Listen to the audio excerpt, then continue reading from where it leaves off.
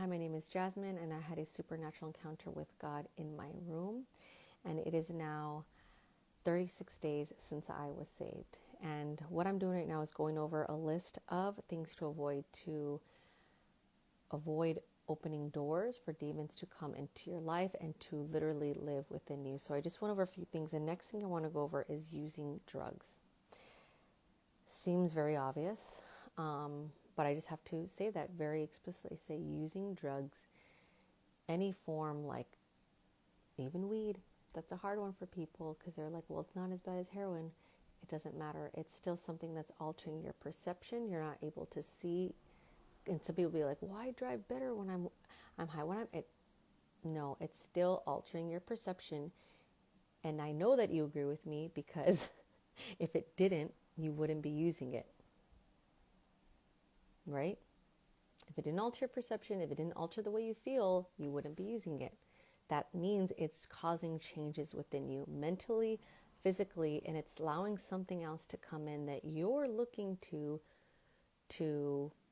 bring you peace. Whatever the reason is, you're looking to something else to bring you that peace. And a lot of people, that's what they're using it for, to calm their minds, to help them sleep, whatever it is, whatever the reasons are. But even that one, and especially obviously other ones like there's ecstasy, there's people are abusing prescription drugs. That's another issue. Obviously meth, heroin, fentanyl is a big one right now. But these are all things where as soon as you're using them, you're allowing these demons to come into your life. So I'm just I can't make you listen to me, but once you guys understand that you are creating these doorways for them to come in, you have to ask yourself why. Why do you want to make doorways for these demons to come in? Why do you want them to come in to ruin your relationships?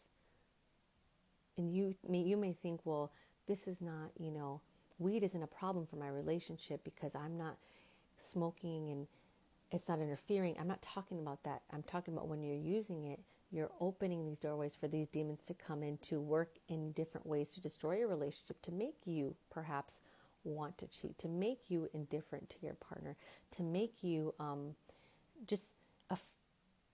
these demons will come in and then wreak havoc wherever they want. It has nothing to do with, or only just with the use of what you're using. I just want to make that clear. You're just opening a doorway, period. So, why do that? But yeah, and the same thing with drugs is the same thing as alcohol, where you guys know so many people that struggle with drug addiction and they cannot fight it. They continue to use, and it will take over their life for decades and decades. And many people will die. They will literally die from drug overdoses. What do you think that is? That is a spirit. That is a spirit that you cannot fight on your own. I believe these people should be delivered from these demons. That's the only way to really rid yourself completely of this demon and be free of these addictions. But you can at least start by stopping using the ones that are a lot easier to stop, like weed. And you can renounce with your mouth, saying, I renounce the spirit of addiction. I renounce the spirit of whatever drug it is that you're using, and alcohol as well. And say, I do not give legal permission for these demons to be within me and live within me anymore. And there's more that goes into that, but these are, again, I'm just telling you guys the ways to open doorways. Another one is fornication. So that just encompasses all types of sexual immorality. Sex with multiple partners, sex before marriage. Yes, sex before marriage, and that's something obviously that I did. A lot of us have done, but now that I've been saved, I'm not doing that again until I'm getting married. Yes, that's true. I'm not, now that I know and I can help it, I'm not going to do that anymore. Watching pornography. And I actually found out that the Greek word for fornication is porneia, Porneia.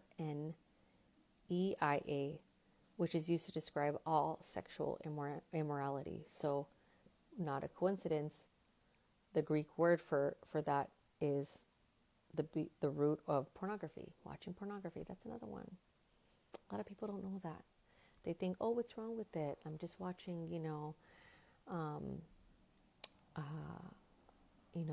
it's just in my private time, and what's the big deal? It's not about that. It's you're literally watching and receiving pleasure. That's a spirit of lust and perversion, pleasure from other people having sex, and also, again, lusting after that. And a lot of these times I've heard from people, like, things can get really dark to what they start watching. Like the porn just gets like worse and worse and worse. So that is something to be aware of. And if that's something you're struggling with, a lot of people struggle with that too. Like, I've known guys and heard of guys that they were struggling. They were watching it all the time. They were trying to stop. Why do you think, again, it's so hard to stop these things? Because those are spirits. They're spirits. So you guys need to know that. Watching horror movies. That's a big one. A lot of people just think too, I'm just watching a scary movie. What's the big idea? It's just a movie. It's like, no. And there's so many movies that are also teetering on the edge of like, well, what's wrong with that? Even stuff like Harry Potter. I know. But it talks about and glorifies spells and making it seem cute and kiddish and all these things. Trust me, I used to think Harry Potter stuff was cute. Like, it's not, but especially, or not even especially, it's also these really demonic horror movies. Like, I remember when we were little, my dad let us watch The Exorcist. That was horrible. I should have never watched that. I used to have nightmares forever. And that puts you in a spirit of fear. And when you're in a spirit of fear, the word says God did not give us a spirit of fear, or put fear into our minds. I don't know the exact words, but yeah, that's demonic. And when you're watching these things, you're allowing these demons to come into your home. Then you're watching it with your kids. You're exposing your kids to this. And again, when you're filled with the Holy Spirit, when you're saved and you're filled, like, you can't even look at that. I can't look at it. I think and the stuff that I've seen more so in horror movies nowadays, it just gets more demonic and more demonic and more, where I'm like, how much worse can it be? And I mean, that's a whole other topic also, but why willingly bring that into your home, watching that with your eyes, when your eyes are the window to your soul, and you're just like letting this into your home? Do you see that? Do you see how these movies do that? That's just not something small or insignificant. These are the windows, so you are just opening them up to these things. So same thing with pornography. The next one, music that glorifies sex, the self, chaos. I put that down, just chaos in general, money. Most secular music is all about that. And I used to think some of this stuff was like, oh, what's wrong? I used to listen to Cardi B, and she used to talk about God too. And now I'm thinking about it, I'm like, oh man, the spirit of Jezebel is deep in her and so many of these rappers. And it's just rampant. That's something that Pastor Richard Lorenzo talks about. Like, the Jezebel spirit is just rampant in all areas of the world. Not just in music, but all this music. It also glorifies the self, saying, that I can do it. Believe in yourself. No. Like, we can't do anything without God. We can't do anything with His grace, with His mercy.